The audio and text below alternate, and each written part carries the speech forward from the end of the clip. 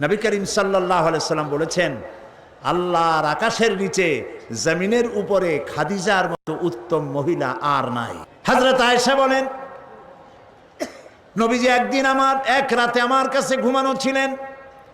আমি ঘুম থেকে জেগে দেখি নবীজি নাই। মনে মনে চিন্তা করলাম কোথায় গেলেন, বোধহয় অন্য কোনো স্ত্রীর ঘরে গেছেন। আমি চুপিসারে খোঁজ নিতে লাগলাম, কোনো ঘরে খবর পেলাম না। পরে দেখতে পেলাম রিয়াদুল জান্নার ভিতরে বসে নবীজি দুই হাত উঁচু করে কি যেন বলেন আর কান্দেন। আমি পিছনে গিয়ে হাত তুললাম, শুনতে পেলাম নবীজি মুনাজাত করতে করতে এক পর্যায়ে গিয়ে বলছেন, রব্বুল আলামিন, কিয়ামতের ময়দানে যেদিন বাপ তার সন্তান হারায় ফেলবে, মা তার সন্তান হারিয়ে ফেলবে, সন্তান মায়ের চিনবে না, ওই দিন ওই কঠিন হাসরের ময়দানে আমি যেন আমার খাদিজারে হারায় না যাই।